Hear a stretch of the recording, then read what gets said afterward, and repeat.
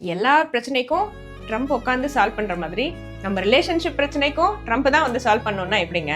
Husband and ஒய்ஃப்குள்ள இருக்க relationship problem ஒரு example சொல்றேன், உங்களுக்கு ரிலேட்டபிளா இருக்கா பாருங்க. சண்டை பீக்குக்கு போன உடனே நீங்க கத்த ஆரம்பிச்சிடுறீங்க, உங்க ஹஸ்பண்ட் கதவை சாத்திட்டு ரூம்குள்ள போயிடுறாரு. Or in other cases husband சத்தமா பேசி கத்தலாம், ஒய்ஃப் ரூம்குள்ள போய் லாக் பண்ணிக்கலாம்.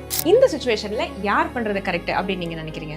கதவுக்கு இந்த பக்கம் இருக்கவங்க உள்ள இருக்கவங்க கிட்ட என் ஐடியாவை சொல்லியே ஆகணும், அது எப்படி நான் பேசும்போது கடகடான்னு போய் கதவை சாத்திக்குவாங்க அப்படின்னு நினைப்பாங்க.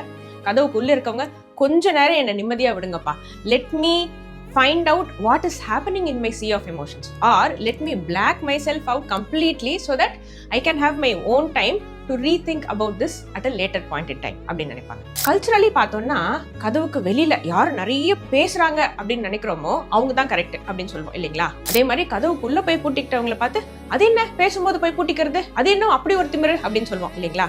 கதவுக்கு உள்ள இருக்கவங்க has made a temporary decision to step out of that argument. So இதுல யார் கரெக்டு? ஆர்கியூமெண்ட் இப்போ வேணாம், கொஞ்ச நேரம் என்ன விடுங்கப்பா அப்படின்னு நினைக்கிறவங்க கரெக்டா, இல்லை இந்த ஆர்கியூமெண்ட்டை பேசி தீர்த்து ஒரு முடிவுக்கு வந்துடணும் அப்படின்னு நினைக்கிறவங்க கரெக்டா? இந்த டிவிலையோ சோஷியல் மீடியாலையோ சில மாடல் கப்பிள்ஸை பார்த்துருப்போம். அவங்க சொல்லியிருப்பாங்க, எங்களுக்கு என்ன பிரச்சனை வந்தாலும் நைட்டு தூங்குறதுக்கு முன்னாடி நாங்கள் சரி பண்ணிடுவாங்க அப்படின்னு. ஆனால் இது எல்லாருக்கும் ஒர்க் அவுட் ஆகணும் அப்படின்ற அவசியம் கிடையாதுங்க.